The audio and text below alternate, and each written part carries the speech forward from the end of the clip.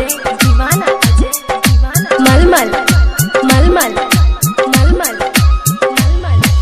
सुना ये हमर झगड़ू चाचा वो है ने बैठनी चलो है सुना खैनी चलीसा एकरे खैला से बदले दिशा लागे नहीं तनिको निशा रगड़ से बनेला बिगड़ल काम झूठो लोगवा करे बदनाम 80 चुटकी 90 तालो खैनी लगा के मुंह में डालो घर में केहू जाने न पाए ऐसन हम दतिया धैनी नया चूना लेके आईनी लहो बाबा बनाव खैनी।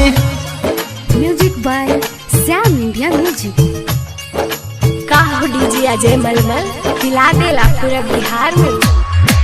मुंह में डालो कोनो कोना लागी नहीं जादू टोना चाहे सरवाई करोना बाप मतारी जाने नहीं मेहरी कही बाबू सोना खैनी ऐसन चीज हो भैया बिगड़ल काम बनाई देला चाहे केतनो बड़का होखे छोटका से भीख मंगाई देला एकरे खा के देनी परीक्षा पूरा हो गईले मन के इच्छा नया चिनौटी चूना लईनी लहो बाबा बनाव खैनी। अजय दीवाना, अजय दीवाना। Sam India music and recording studio मलमल मलमल मलमल।